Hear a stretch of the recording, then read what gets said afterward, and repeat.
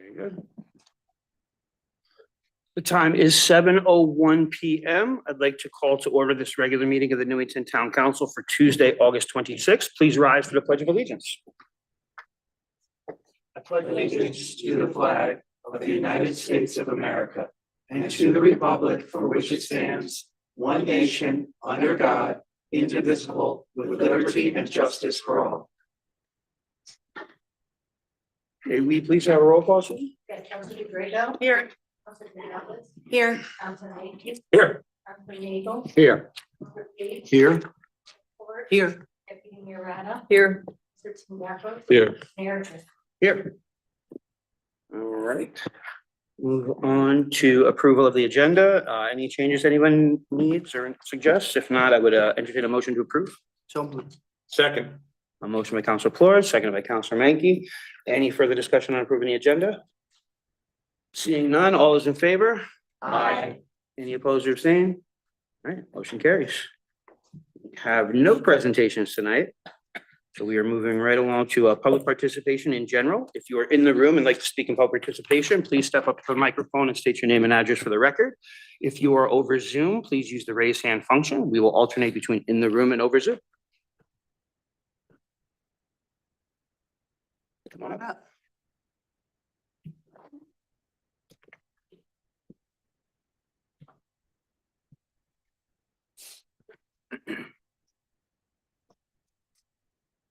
Okay, my name's Candace Butterfield. I'm a resident of Newington and I have some concerns after reading local papers and several town meetings I've listened to. I'm concerned about the fire department and who's managing the fire department. I'm a director at my organization. We have laws and regulations and rules that we have to follow. And I'm very concerned. We've had multiple lawsuits regarding sexual harassment and toxic work environment that the town has paid out in settlement, whether it was the town who paid or the insurance company that paid, the taxpayers ended up paying. And that includes myself and the members of town. I was in a recent commission meeting I watched, there was firemen appointed to positions that have certified requirements and they did not have those certifications, but they yet were appointed those positions. Now, that is concerning me. I'm a member of the town, and if my house is on fire and there's people that aren't certified to come in, that's alarming. I'm just asking that the town investigate what's going on. Seems like there's no management going on there. It's kind of like running chaos. And, I think also I read in the paper that one of the town members had a family member driving a vehicle. And if the town can't investigate, I'm going to recommend that the state of Connecticut get involved and investigate. So you have to decide. I mean, we appoint you and I appreciate all the service that you do. Somebody here has to start looking into it. Whether it's you guys that look into it, if there's nothing done, then my next step is going to go to the state of Connecticut. Thank you. Thank you. Thank you.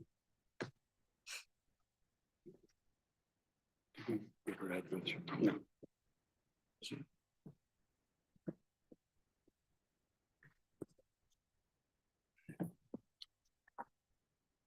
All right, any other takers for public participation? None? We don't have an email correspondence that I'm aware of. All right, we will move right along to remarks by councilors on public participation. Any comments from councilors? Councilor Jacob. Yeah, I just want to respond a little bit to Ms. Candace's remarks. Not this particular council before. We did meet several times regarding some concerns and issues regarding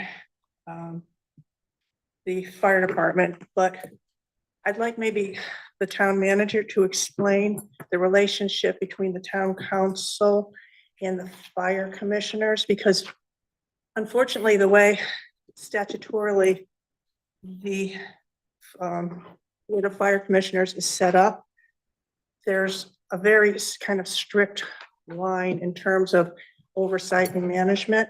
And I would prefer if maybe the town manager explained to you what the roles and the regulatory and who has oversight of who. Thank you, Councilor Vajeco. Yeah, it is a little complicated in Connecticut General Statutes basically authorizes municipalities to have a separate fire board of commissioners, and they're directly elected by the voters of Newington. There's and the responsibility of that three-person board is to oversee the volunteer fire department. They obviously appoint a fire chief who then, supervises the captains in charge of the 4 stations and lieutenants and down the line. So the council's involvement with the fire department is to appropriate funds for both their operations and their capital needs. And they have, obviously it's a volunteer department. So in that respect, from a just sort of fiscal responsibility standpoint, we're blessed in Newington that we still have a large group of men and women, residents who are, selflessly volunteer for the fire department. So that's great. And obviously, I think the council and myself as manager take very seriously our responsibility with respect to, the responsible appropriation of funds for their operations. Obviously, one of the most important thing that the council does is to make sure that the residents and businesses of Newington are safe. But I think we all speak, I think I speak as one that obviously, there are things that have happened in the fire department that could reasonably cause residents to have concerns. Unfortunately, other than just through the budget process, there's not necessarily direct oversight that the council or me as manager are legally allowed to have. So, but I mean, to your concern broadly is, research the candidates for commissioner. They're in charge of ultimately, just like the council's responsible, has the final say on any of the town operating departments. Fire commissioner has, final say on what's happening in the operation of the fire department. So, make your voice heard at the ballot box. I hope that partially at least addresses your concern. Yeah, and I just want to make it clear too, that in terms of hiring, firing, and discipline of members, this council has no authority to do so, but we can make recommendations, but we cannot implement or force. So, again, you might attend. Actually, that's not, unfortunately, but you can attend the fire commissioner board meetings and make your concerns known as well. Counselor Mankey. Yeah, just point, Deputy Mayor Arada and I serve as liaison to the fire commissioner, and they meet the second Thursday of every month at the Company One Firehouse. So you're welcome any public can attend to any of those fire commission meetings. 7 p.m. 7 p.m. They moved it from 7 p.m. So any member of the public can attend and voice their concerns. So we would urge you to do so. Thank you, Counselor. Counselor Tiniakis. I agree with some of the concerns that you have with the fire department. Not a big fan about some of the actions that were taken, but as explained, we can't take anything actionable, which kind of stinks. But I can tell you that members of the council have definitely voiced their opinion on these matters. So it's not something that we're turning a blind eye to, so to say. We're just trying to do what we can within the scope that we have to operate within. Thank you, Counselor. Any other comments from council? Counselor Nagel. I just wanted to add that some of the things you've mentioned have been going on for quite a while, and we have had meetings with them, but as been mentioned before, we can only recommend, we can only try to find out what's going on, but ultimately we don't have the final say. So it isn't that members of this council or previous councils have not known about some of those things and had some very personal discussions, very straightforward discussions about what you're talking about. But unfortunately, with our situation here, we can't, as a council, go forth and state what happens and what doesn't happen. I do appreciate your questions. So. Thank you, Counselor. Any other comments from council? Seeing none. We'll move on to item 7, consideration of old business. We only have one item, facilities naming subcommittee recommendations. Been there for a while. Deputy Arada, you're the chair. Would you please read the resolution? What? Resolved that the Newington Town Council hereby approves the following name changes to town facilities. 1, dedicating the portion of Robbins Avenue between Route 193 and Route 173 and Route 176 in memory of Fire Commissioner Francis Rip Callahan. 2, affixing the town seal to the 28 Garfield Street building. Second. Motion by Deputy Mayor Rada, second by Council Gonzalez. Any discussion on this? Council Mackey. I will oppose this motion. And I want to make it clear that I oppose this motion. The second part, not the first part. The first part I have no problem with. I think Rip Callahan has certainly put his time and efforts into this town. The second part I think is frankly one of the most ridiculous things I've seen this council or any council take up. We want to name a building, and we're affixing a symbol on it instead of calling it the Town Hall Annex. I missed that, and unfortunately I didn't sign until the last meeting when it was up from the naming committee to name it the Town Hall Annex. If I would have known it was going to be that contentious, I would have signed in, but it seemed like a slam dunk to me. We're naming a building that's the Town Hall Annex. Everybody in the public is calling it the Town Hall Annex already. And we're just gonna fix a seal on it and call it the building formerly known as OFI or whatever. Just, it boggles my mind that we're not calling this building the Town Hall Annex. So I certainly cannot support a motion that includes just putting a seal on a building that everybody in town is already calling the Town Hall Annex because we don't know what else to call it. The naming committee went around and around on this on the 7th. We had a lengthy discussion about what to call it. We decided we're going to call it the Newington Town Hall Annex, and we voted to send it to the council, and we sent it to the council. And the meeting that I can't blame AJ because he wasn't there either. So AJ and I we weren't there when we sent it to you folks, and you sent it back to the naming committee, and we had another 90-minute discussion, and we then changed the name to the Town Hall Annex, and we sent it back to the council, back to the leadership to put it back on the agenda. And then we had a meeting on August 18th. And then 5 minutes before the meeting was over, we brought it up again. And guess what? We voted to send it back to the council with just the symbol on it. This is crazy. The definition of an annex is a building joined to or associated with a main building providing additional space or accommodations. It's an annex. That's what we're putting there. It's an annex. I had a friend look up, because I'm not really good at these Google searches, but in Clinton, they call it the Clinton Town Hall Annex. They call it the Coventry Town Hall Annex building. East Windsor has a Town Hall Annex. Ellington has a Town Hall Annex. Enfield has a municipal annex. Groton has a Town Hall Annex.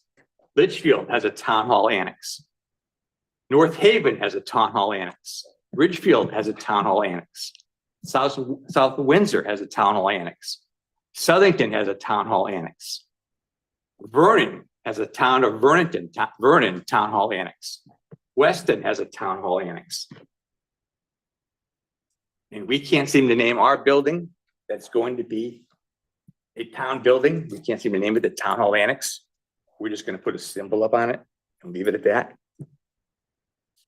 Do we call this building 200 Garfield Street? No, we call it Town Hall. Do we call Anna Reynolds 65 Reservoir Road? No, we call Anna Reynolds. Do we call the library 200 Garfield Street? No, we call it Lucy Robbins Wells Library. Do we call it the Kellighetti House 679 Willard Avenue? No, we call it the Kellighetti House. Do we say I'm going to go to 1395 Berlin Turnpike? No, we say I'm going to Target. not to name this building the Town Hall Annex is just the silliest thing I've ever seen. This council spent $1.4 million on a building and we can't agree to call it the Town Hall Annex. I will oppose the memo, this motion only because of this, then the second part of the motion. Thank you, Counselor. Counselor Siniakis? Yeah, I wasn't here for the last meeting there. Personally, I don't like the name Town Hall Annex. I don't think we're not adding anything to this particular building. It's not an addition to this building. And I think there's a lot more important things happening in that building than, well, we don't really even know what's gonna be added there besides the EOC. So, and at the end of the day, it's the name of a building. So I think that adding the seal and then we could always add more to it after the fact is fine to me. I don't think this is like a huge pressing issue for the town, to be honest. So, I mean, those are just my thoughts. I wasn't here last week, meeting to say that, but yeah, those are my thoughts. I don't think this is like a huge thing. Thank you, Counselor. We have a motion by Deputy Mayor Rada, seconded by Counselor Gonzalez. Any further discussion from council on this? Seeing none, can we have a roll call vote, please, Susan? Yes, Counselor Patrico, No. Counselor Gonzalez, Yes. Counselor Menke, No. Counselor Nagel, No. Counselor Page, Yes. Counselor Ford, Yes. Deputy Mayor Rada, Yes. Counselor Tiniakos, Yes. Mayor Tristan. Yes. Motion carries 6-3. Right along. That'll conclude old business. Moving on to tax refunds. Counselor Page, would you read the motion? Sure, The Mayor. Thank you. resolution, I'm sorry. Yes, Mayor. Resolved that the property tax refunds in the amount of $9,161.13 is hereby approved in the individual amounts and for those named on the request for refund of an overpayment of taxes certified by the revenue collector, a list of which is attached to this resolution. Second. Motion by Counselor Page, second by Deputy Mayor Rada. Any discussion on this? Seeing none. All those in favor? Aye. Any opposed or abstain? Motion carries unanimously. Moving right along, next we have approval of minutes for the July 22nd regular meeting. Any issues in there? Counselor Nagel? Not Read them twice now. only- You had a lot of time. Not only do I not have any objection to it, Mr. Ashhold has very kindly given us a printed copy of it That's to right. view. And we had it since Friday. Yes. So you all know whether there's a flaw in it regarding to you at least of it. So I wholeheartedly, from what I viewed, accept these minutes. Okay, would you like to, I entertain a motion to approve? Sure. All right, very good. Motion by Counselor Nagel, Second. second by Counselor Draco. Any discussion on approving the minutes from the July 22nd regular meeting? Seeing none, all those in favor? Aye. Any opposed or abstain? All right, motion carries unanimously. Next, we will move on to item 10, resignations and appointments. We should have a couple of those. Counselor Menke, you want to read the resolution? Let me grab them here. All right, good, thanks. Resolved, the Newington Town Council hereby makes the following appointments. Standing Insurance Committee, Jacob Hedberg, Claims Specialist / Engineer, 40 Vincent Drive, Party R, Intermediate to 11/30/2025, replaces de facto Andrew Michael Fallow. Parks and Recreation Board, Garrett Havens, Member, 113 Stoddard Avenue, Party R, immediate to 11/30/2025, vacancy. Second. Motion by Counselor Menke, seconded by Counselor Nagel. Any discussion on appointments? Seeing none. All those in favor? Aye. Any opposed or abstain? Motion carries unanimously. Moving along, next we have consideration of new business. We have a few items there today. First is Facilities Naming Subcommittee request for Karen Halpert Information and Referral Center. Yeah, so I'll just tee this up. Obviously, I'm sure many of you knew Karen. Unfortunately, I never had the opportunity to meet her.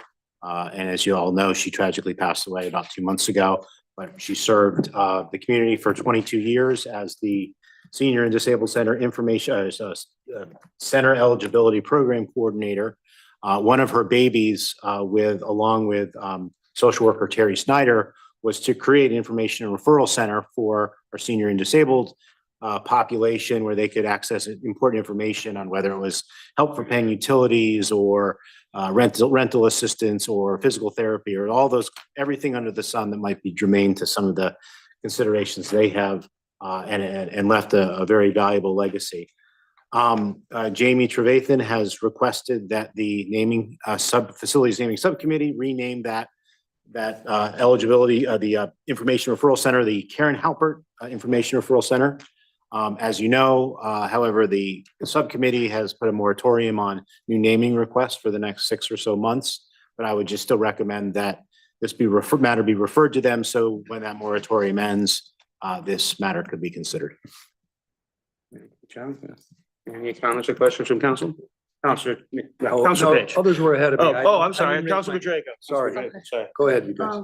No, I agree with the ability to honor Karen Halpert, but I also want to say I'm very happy that the facilities naming subcommittee will step back and review how we honor people, both living and dead, because in the past 2 years, quite frankly, there's been a lot more naming of either, facilities or roads or whatever, than in the past. And maybe there's not different criteria in terms of importance, but just different ideas on, time-bound waiting periods. And maybe we can look at something a little bit more centralized, where, people and more criteria driven, not that, the criteria hasn't been met, but just so people will feel comfortable putting something forward or not. So I thank the committee for willing to step back for a while and come up with something a little bit more that we can review. Thank you, Counselor. Counselor Nagel. I would like to wholeheartedly agree with naming the section of the senior center after Tom Halpert. I personally have dealt with her and have been with her in meetings, heard presentations, and have heard from seniors for many years about the great work that she has done and has been described by our town manager. So I hope that we can dutifully at the next meeting approve of this name change. Okay, thank you, Councilor Newell. I'll let you reach it. Okay. But next is Councilor Page. Thanks, Deputy Mayor. Yeah, I just wanted to really say what Councilor Nagel said. Many of us considered Karen to be a dear friend, and we love her very much. And when the committee finds it right to move forward with this process, any other criteria notwithstanding, I endorse it wholeheartedly. She was an angel and did so many beautiful things for our residents. So just wanted to give her a little shout out. So that's all. Thank you. Thank you. I'll correct these. As a member of the Facilities Naming Committee, I think, I'll speak for myself, but can probably speak for our other members that, we absolutely understand the importance that Karen had and the impact, excuse me, that she had on not only the Senior and Disabled Center, but also the town of Newington. And so we don't take that lightly. Also, having looked at the policy, which I think was created in 2007 and has not been reviewed since, there is a lot for us to look at. It's not an extremely long document, but we wanted to be able to have that opportunity to review and propose any revisions, maybe some clarifications, some details. I want to thank Lauren Rhines, who has been pulling together information from other towns that gives us an idea of what other policies and procedures are in place so that we can look at this and speak to it clearly, but definitely understand that the importance of the naming of the Information and Referral Center in Karen Halpert's name, and we will want to move on that as soon as we possibly can. Counselor Mackey. I would just add to that, I think it's important that Newington as a way to recognize people who have made a contribution to this town over the years, be it by naming a desk or a street or something after them, because I think there are a lot of people who have given a lot of service to the town, and they may not have the family to support them into naming a street or the staff to support them in naming a building or a desk, but they still have contributed to the town. They still have made a contribution to our town, and they still should be recognized for that. There should be some way to somehow in a book of memoriam somehow, or somehow to recognize those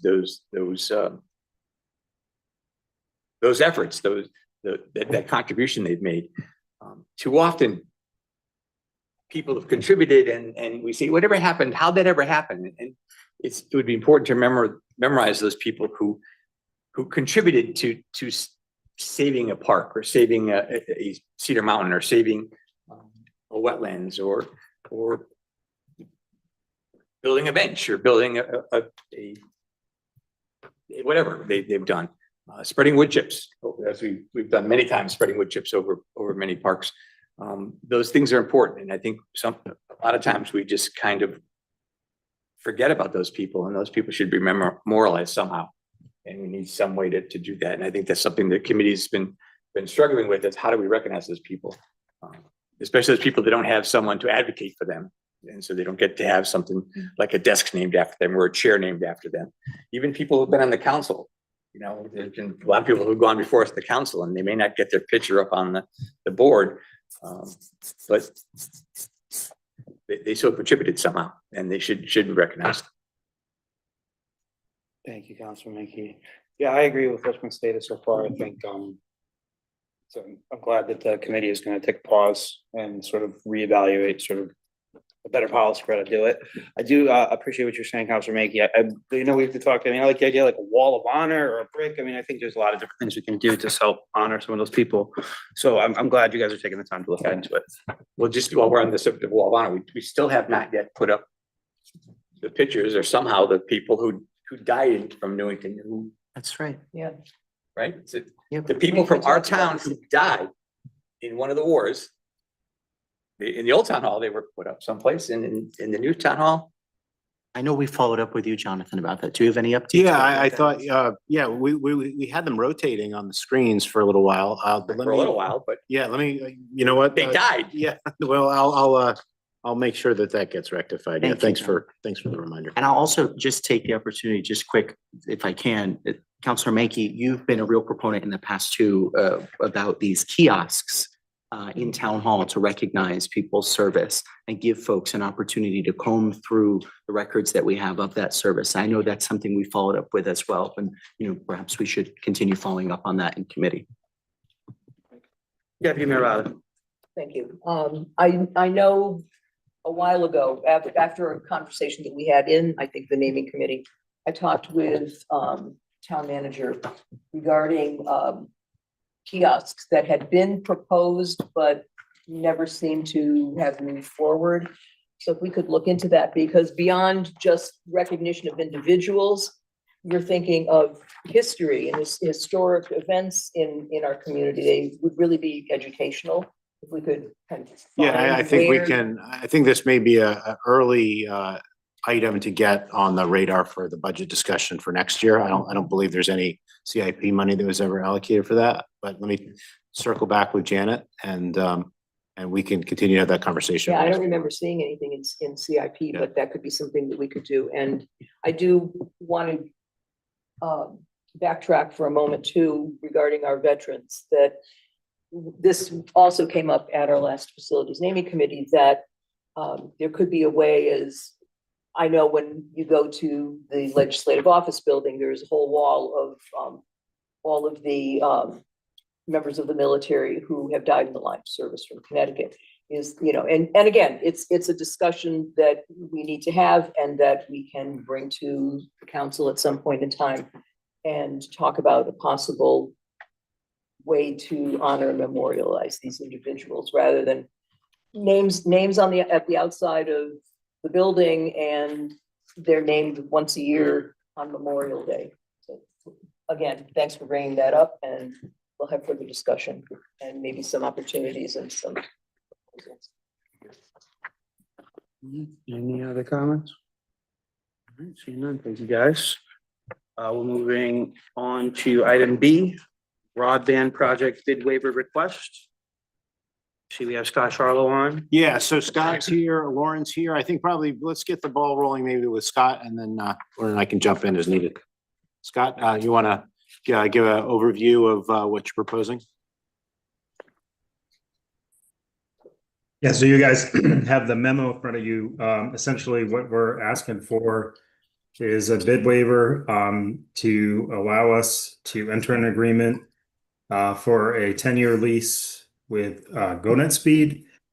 We priced out two options in town. One is on the state contract, which came in considerably higher.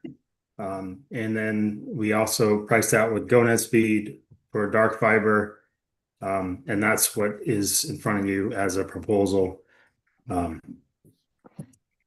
I don't know if there's any questions about it specifically. Well, I'll add one thing too before we get into the questions, that one of the other benefits of GoNet Speed is that by using them, I believe, as you explained to me, it enables us to expand or start the process of expanding into those sections of town, especially along the Berlin Turnpike that don't currently have broadband access. Is that a correct statement? That's true. Like back in May when I previously presented the solution and kind of combining them together, I went out and started doing more work trying to get better pricing together, and that's where this is a genesis of that work. That said, exactly what Town Manager Alto had just said. This would allow us to expand in areas, provide service to 24 sites, which included our parks and our main town core facilities, and expand into areas that currently are not served without really having to spend any of the those other allocated capital improvement dollars. So this is purely just for the town parks and facilities. There's some also additionally in this, there is some offset here because we currently have some connections at these sites. And so essentially half of the costs will be offset by reducing, we're actually eliminating those services. So there's a benefit there as well. Open it up to some questions. Councilor Mackey. Just, one more time, can you explain what this dark fiber is again? I'm thinking sure. Star Wars. Well, it's not quite Star Wars. But so the difference here is, so if you have fiber optic connection at your house, you may have a little device that you may even pay $10, $15 a month for. That is referred to as a managed fiber circuit. So essentially, the company that you're contracted with, whether it's Cox, GoNet Speed, Frontier, it's their infrastructure. It's a shared infrastructure. So you're on with all your neighbors. Sure, it's a bigger pipe because it's fiber optic, but it's a shared infrastructure. What we're talking about here is actually dedicated fiber for these sites. So we can do whatever we want with it. We don't have to, all we're getting is this fiber resource. We're lighting the fiber ourselves with our own transceivers and switches. So it's all our infrastructure. The only thing we're leasing is the fiber itself. And the nice thing about doing it in this way is if a car runs into a telephone pole, we're not responsible for, fixing that, reaffixing it. We're also not responsible for the, if there's any sort of pole attachment issues with Eversource or Frontier. That's part of that whole lease agreement. So the line goes from the town hall to the park is our line? So the line itself or the fiber is still Fiber. What we own would be just the endpoints. So not to get overly complicated, but essentially our 9 core sites, which I had listed before and I can show if it's more of a question. Those 9 core sites are our main town facilities. So that's Town Hall, Police Department, Parks and Grounds, Highway Department, the 5 firehouses, the new EOC. Those would all be what we call a ring topology. So essentially, there's no single point of failure. So let's say somehow the firehouse 1 loses power. It doesn't affect the transmission for the rest of the ring. And then we also have additional point-to-point sites, which we're planning to have. There's 15 sites, which are mainly parks. Those 15 sites would have point-to-point. So they'd be from one of those ring sites, it would be point A to point B. They wouldn't be in a ring topology. But the benefit is those 9 sites that I originally listed all have generators, and so we see them as very resilient sites. So that's the plan. And one more question. So if we go with GoNet Speed and 10 years down the road or 5 years down the road or 3 months down the road, GoNet Speed gets bought out by somebody else or goes belly up and goes under, what happens to the contract? I will preface this by saying I am not an attorney. Yeah, but you play one on TV. But I guess since I'm on TV right now on your screen, that's good enough. But essentially, we have an agreement with them. There is a difference, and that's a very good point to point out. The state contract with Crown Castle has something called an indefensible right of use, an IRU.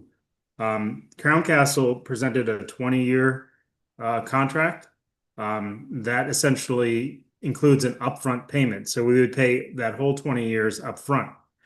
And that would basically, we would have, no matter what happens, we would have access to that fiber for 20 years. That is a much more expensive proposal. So that's why I'm presenting this one. That said, we have a legal contract for a 10-year period. How someone may be able to wiggle out of it, I think that is more of a legal question, but it is a 10-year contract, and I think we're in good shape there. I think GoNet Speed is a viable company, but the reality is, since it's dark fiber, I mean, I don't know if I should be saying this in a public forum, but we light it ourselves. So if they go out of business, the fiber is still up on the pole. Right, they're not gonna come take it down, right? If they don't have money to run their business, I don't know if they have money to tear the fiber down. But And I would think they would, I guess in this case, a shorter contract would be better than a longer contract. A lot of these places don't stay in business for 10, 20 years. 10 years, they probably would be more optimal, I would guess. And GoNet Speed's been around for a long time, right? yes, they have. They came in as kind of a disruptor in the space, and I would say that they've provided encouragement to the existing vendors to get into the fiber segment and provide better service to the public, and really have pushed the Coxes and the Frontiers to make that investment. So that's why some folks do have multiple choices now. So I do think they've been a positive force in the market. And I would just add too, I think Scott alluded to it, but in that worst case scenario that GoNet Speed gets bought out and whatever, somebody rips out the lines, we're paying month to month. So it's not like we have We don't have a this. lot of money up front. Yeah, it's so, that's not the end of the world. For the 20 year, we paid up front and they go bankrupt after five. That's a bigger We've issue. already paid Yeah. all our money out. We don't, Yeah. we're off the money. Yeah. Makes sense. Thank you. Deputy Mayor Rada. Yeah, hi, Scott. 2 questions. One, in the second paragraph, GoNet Speed is not on the state procurement contract. Does that have any effect on our ability to propose that as the service that we want to buy into? And number 2, just any other towns that you can name or that the people you've spoken to who have gone this route with GoNet Speed, Full disclosure, I have it at home and I've always been very happy with it, but I'm wondering if other towns have been using this or are in the process of uploading this. Yeah, so the city of New Britain comes to mind. They have gone 100%. They've built out to the 100% of the community of New Britain. And they also have some dark fiber going to their light poles and some of their lighting controls. So can you just hold 1 second?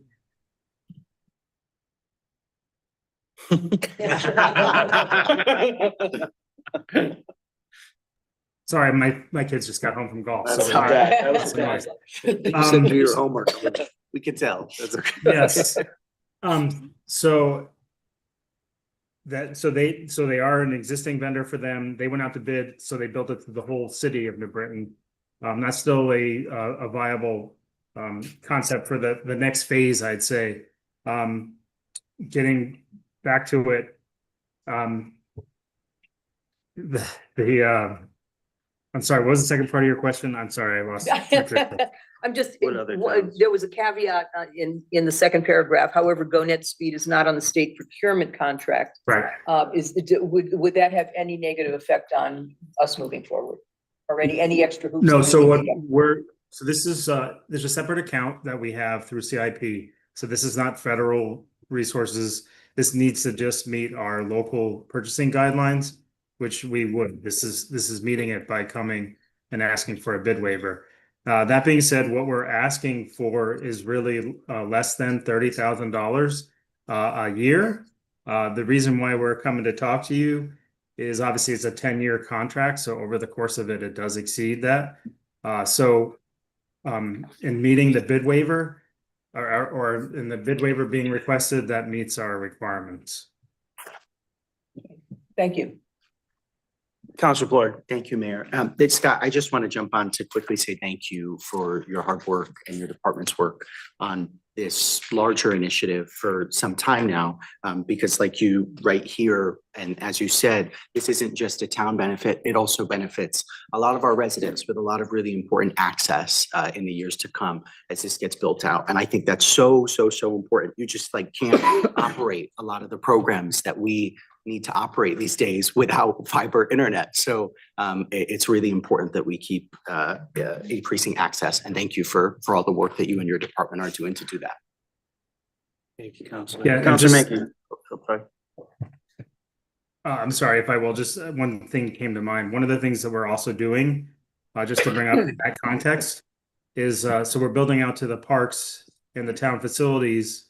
We have a separate grant request into the state of Connecticut looking to get Wi-Fi at all these buildings. So if we get that grant, then we'll utilize this fiber to bring public Wi-Fi to all our parks and town facilities. So that's kind of another phase to this. So this is kind of like laying the backbone to all that work. It's awesome. Thanks, Scott.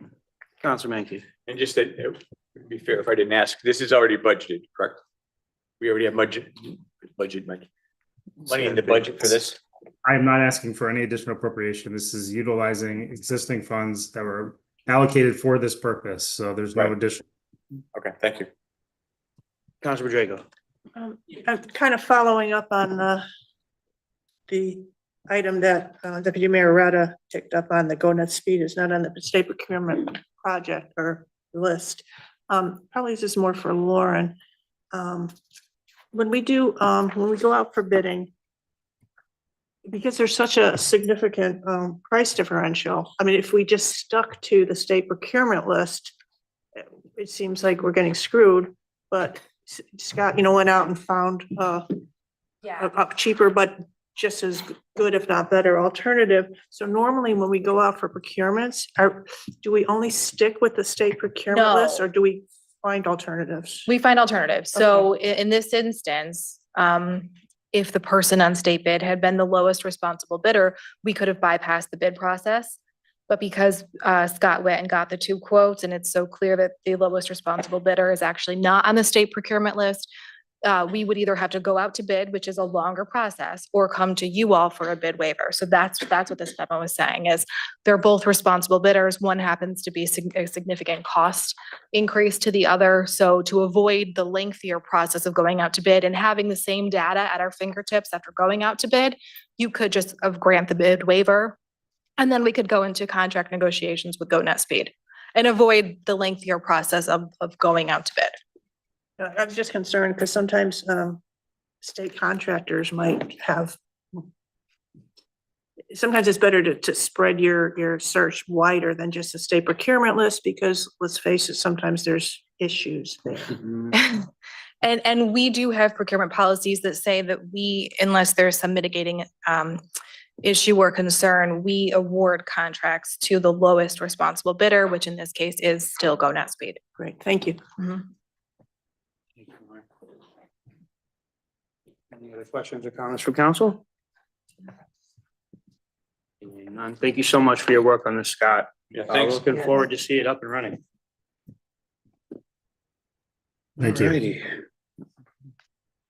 Moving right along, next on the agenda is item C, sale of the Budney Road stub. Yeah, so I'll introduce Ed Cole, just raise your hand, and then Mike Gilberto in the back. They both have businesses at 36 and 50 Budney Road. It's that short cul-de-sac on the east side of the Berlin Turnpike that's just south of the Lowe's.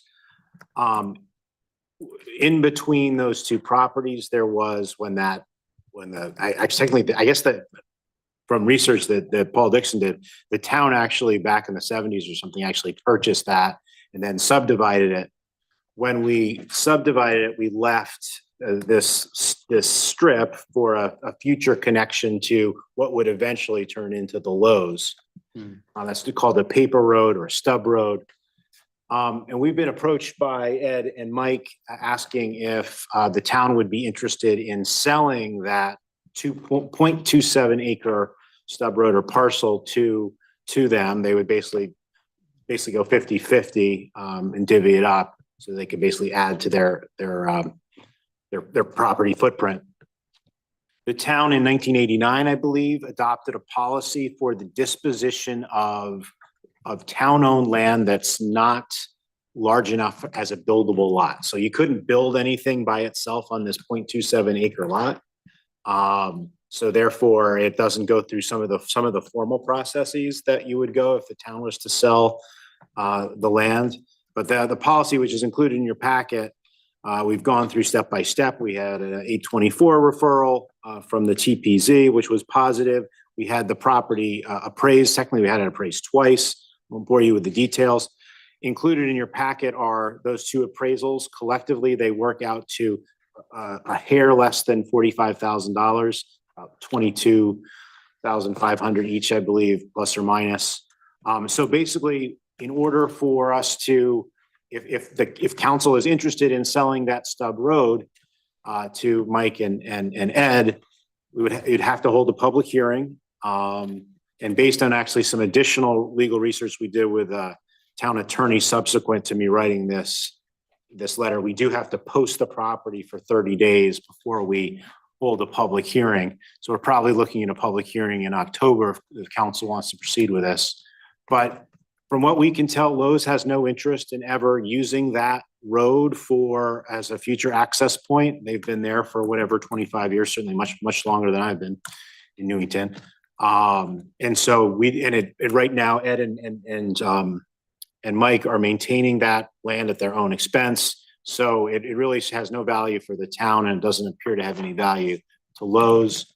So if council's interested in doing this, I would suggest that at the next meeting, you authorize advertise for a public hearing sometime in October, so we can get the sale completed. The only final step is getting a survey done just for sort of meets and bounds in the specific property lines, but that's just the administrative step at this point, so.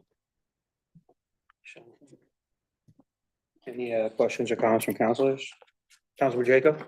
Yes, I'm curious. So for the abutters, So we can't, yeah, Mike, and I'm not sure which one is, you want to come up and just quickly introduce yourself?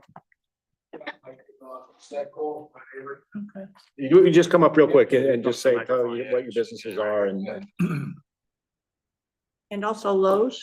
Lowe's is to the north. Okay, but they would be contacted, I mean, have they been contacted? Well, they have not been Contacted. contacted to my knowledge. We would have to post You the would have to. property and Okay. notify them that this is gonna happen. Okay, not just by So- the post, but you would have to notify them officially. Yeah, yeah. Weren't they, they were not asked? They were. They were asked, They yeah, were yeah, Paul, asked, Paul yeah. may have got, They never came back. they never came They back, yeah, rejected it. So you so had like 30 days to respond. Yeah, They came okay. back, you know. yeah, this was so long ago now that I forgot that part, but we still would have to post it. Okay. And I'm just curious, if this land isn't really developable for a building or whatever, what are you going to plan to use it for? Well, I'm not really sure, but probably possibly a little extra parking.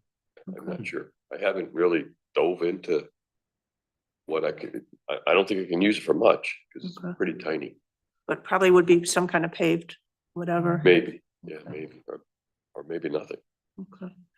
Yeah, I came to you guys basically, you know, I realized when I bought 50 Bunny that that piece of land was between him and I. And, you know, obviously mowing the lawn and maintaining it. And then I also like, you know, my first concern was like, all right, like if this was ever gonna turn into a road, I wouldn't want traffic flows coming into the Budney Park. That was my number one concern. It's like we have a quiet little industrial park there. If you opened it up to Lowe's, that would probably get pretty crazy. They already have multiple ways in and out of that parking lot. Mhm. And number two, I could definitely use some extra parking. So, you know, that would, right now, kind of like, you know, I don't really have much to add, but I would be able to get a few more spaces if I were to have that extra piece. So that's what my plan is. And I mean, which don't have any problem with, but there's not wetlands there. is there? No. Okay. When I finished building the building in '85, they had proposed this road. There was no, Lowe's was not even in the thought, you know, so. Wasn't even there. Yeah.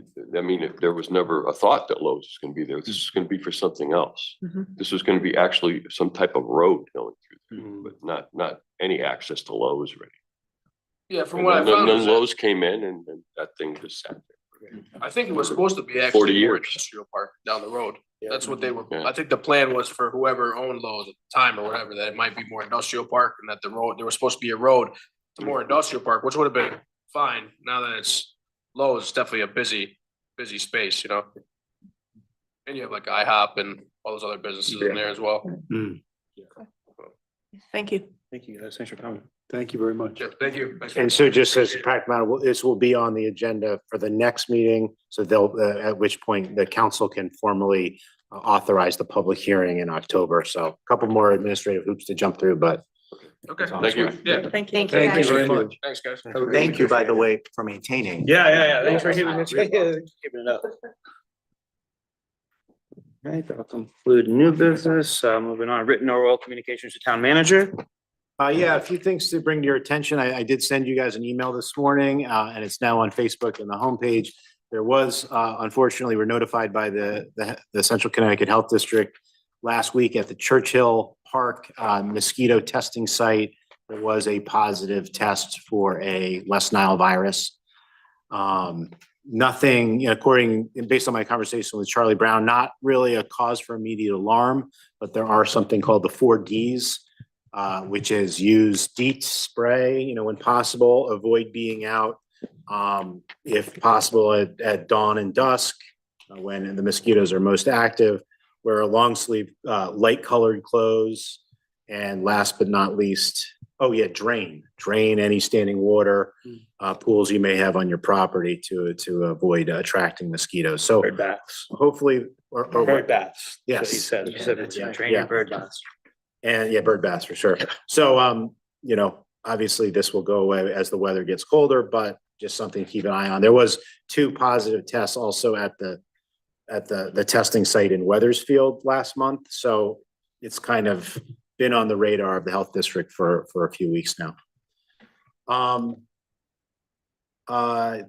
tomorrow night at, I believe it's 7, maybe 6:30, but tomorrow night, there will be a public hearing for the 830G application for the Kits Lane development, 40 units there, which will be interesting. I know Paul Dixon, his reward will be in heaven for the yeoman's work he's doing. Obviously, the 830G process is extraordinarily complicated and lots of things, variables that he's weighing, but he's doing really good work.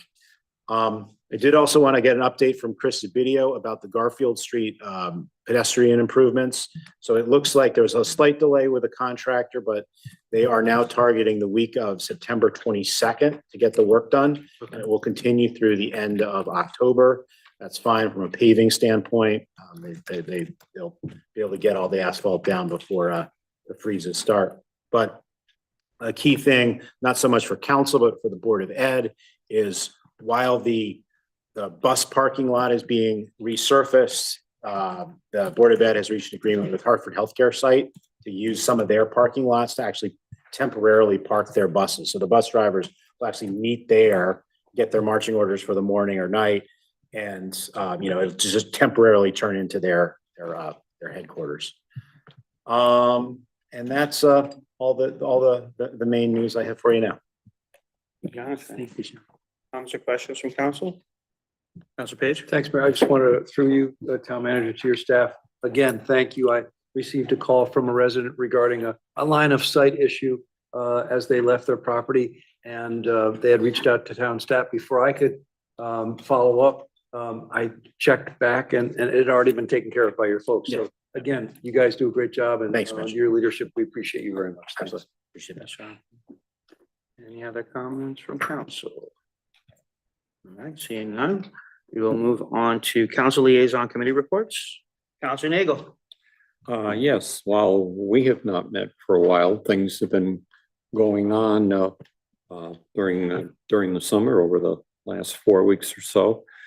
The building committees for Anna Reynolds are still trying to wrap up, and also John Wallace is now getting into full gear of getting renovations done. That's been a project that's been ongoing for a long time. Goes back several councils, and previous council, when the Republicans had the majority, pushed for it to go to referendum. Fortunately, it passed, but basically it's been bipartisan. There was a ceremony where most of us were there to get our shovels and ceremoniously cast some dirt in front of the project itself, which is ongoing, and recently we've got an update on it, and it will continue and is to function. As I said, Anna Reynolds is there's some outside work that still needs to be cleared up, and a few invoices that seem to not been cleared yet, but like 95% there before we can close that committee up, hopefully. The library renovation committee is met, and I got a review from an organization that was hired to look into the inner workings of the original building to find out what connections can be made and what condition it is in.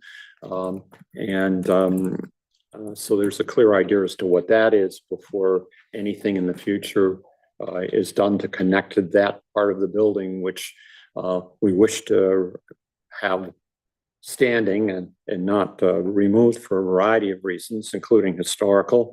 So we're given that information, which will be helpful for the project moving on. Also, I had attended, as did, I believe, Councilor Mankey, the Senior and Disabled Center membership meeting, which was quite a few seniors were there, where a presentation by Jamie was given to give a full inventory and presentations to what the senior center does and what it will do in the future. As usual, it was a very comprehensive, clear presentation, and the public had the ability to have input and ask questions about what they would like to see in the future. Thank you, Councilor. Council Siniakis. Yeah, the pool committee had met yesterday, so I was lucky enough, myself, Counselor Menke, Jonathan, I'm in the committee chair, all met at both parks. We got to see kind of like what the engineers do to evaluate the pools, so that was pretty interesting. There's definitely some work that needs to be done on the pools. They don't have a report yet. Ideally, it's gonna be end of September, so if we get that before our final meeting in September, I'll be able to have more information from you, but that is just chugging along. Thank you, Counselor. Counselor Floyd. Thank you, Mayor. Yeah, just a few things to share. Counselor Bedrejko and I were at the last TPZ meeting where there were just a couple updates that were shared. One, Taco John's, if you'll know the old T-Bowl. Frankly, I always forget the name of the furniture store that was there. It's still T-Bowl to me, but For the your old, time. there you go, where T-Bowl was there is plans to establish a taco restaurant there. They're still in the process of working with the building department, MDC, and the health department on some final approvals, but that is moving forward nicely. There was a public hearing at that last TPC meeting as well for Johnny Motor Cars LLC on Payne Road for an auto repair and used car sales business, and that was approved as well. We heard a little bit about our naming committee meeting, so I won't add anything more to that. I will add that Deputy Mayor Rada and Councilor Bedrejko and myself met again with the town manager to discuss continuing to move things forward with the cultural district, the bipartisan cultural district initiative that we've been working on for some time, making appointments to that commission so that it can submit that application to the state and move things forward. So very exciting as well. Thank you, Counselor. Counselor Menke. I just want to mirror what AJ said about the pool committee. We did get to watch some of their findings. It's pretty low tech. They just go down to the pool with a hammer and bang on the concrete and listen to what the sound is, or with a chain and drag it back and forth. What I was struck with though is that there are as many spots of concern at Mill Pond as there are at Churchill. So I'm glad that the pool committee is now looking at both pools, and we hadn't gone ahead and just fixed one pool and then just let the other pool kind of fend for itself. Because there are spots of concern at both pools. As AJ said, the committee is looking, the company is looking at how they can now figure out what's done to there. Just because there's a spot that's concerned doesn't mean that there's something that's drastically wrong. It just means they have to look at it more closely, other than tapping with a hammer. And so they're working on that process, and they should have a report within the month, or within maybe a little bit longer than a month if it takes longer.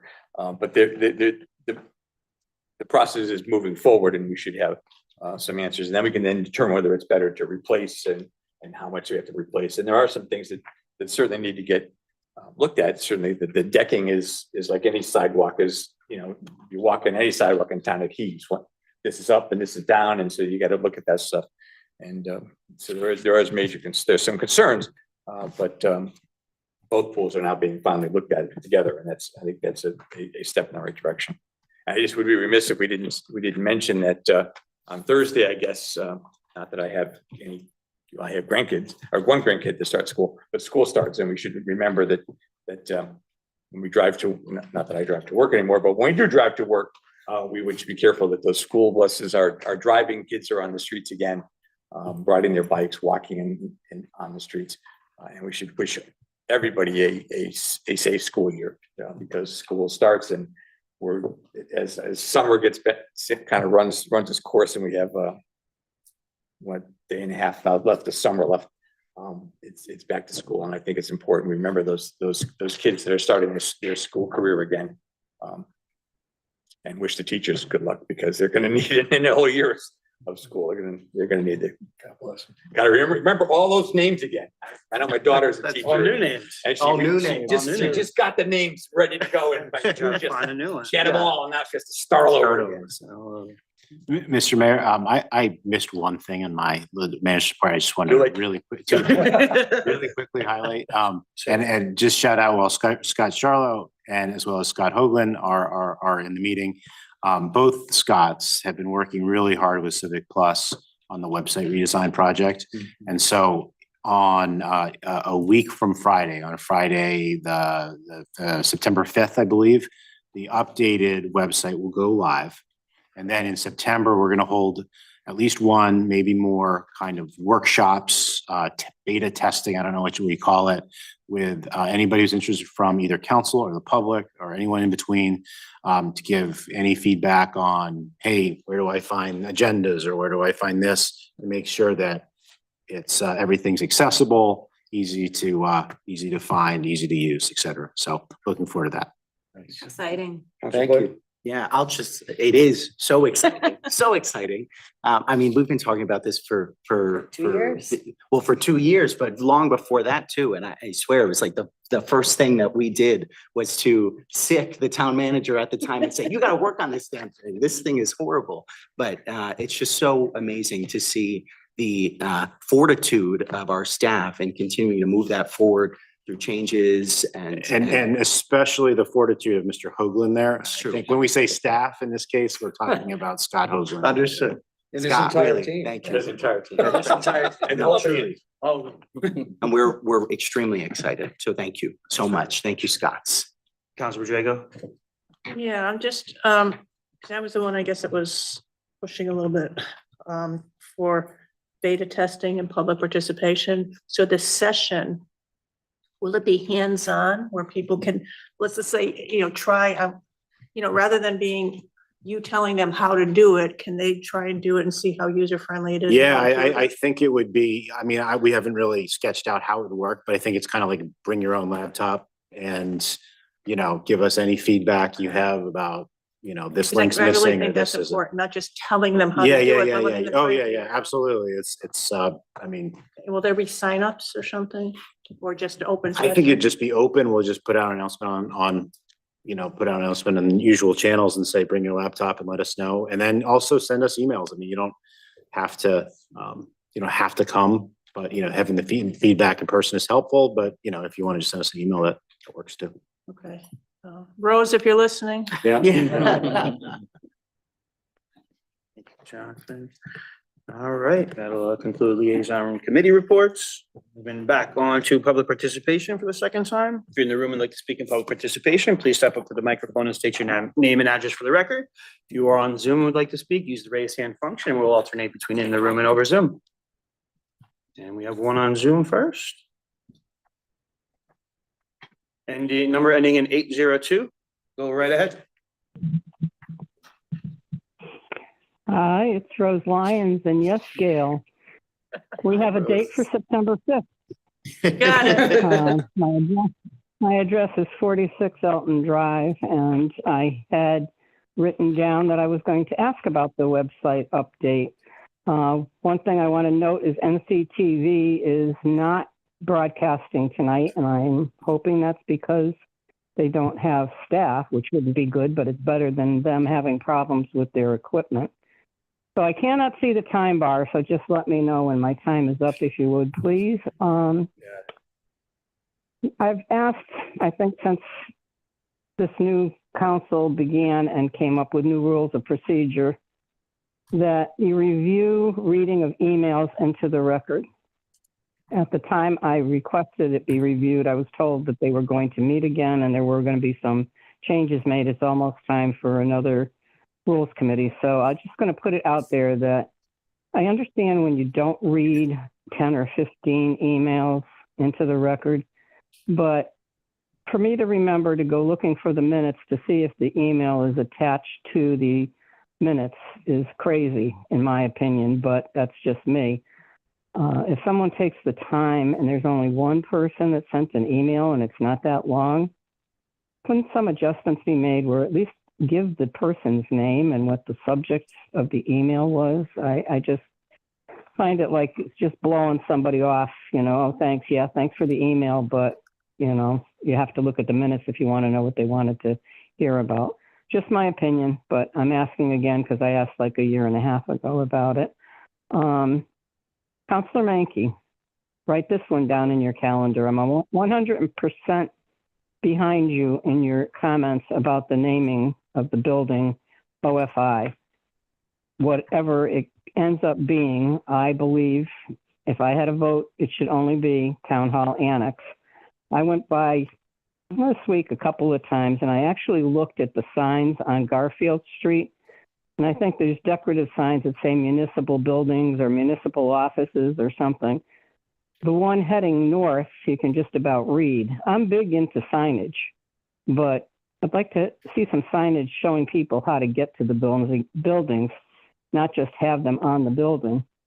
I know everybody has their GPSs and whatever the case may be, but it took a while, years, to get signs up in front of the town hall, not on the town hall, but the entrances to the town hall.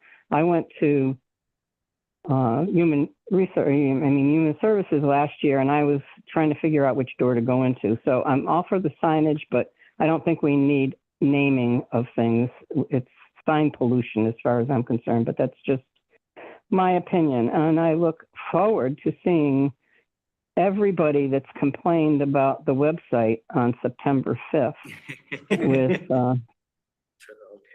I'll have my notes with me because I still have everything going back to when Paul Boutant was here. So see you then. Thank you so much. Enjoy the rest of the summer and happy Labor Day. Thank you. Thank you, Rose. Anybody else in the room or over Zoom like to speak in public participation?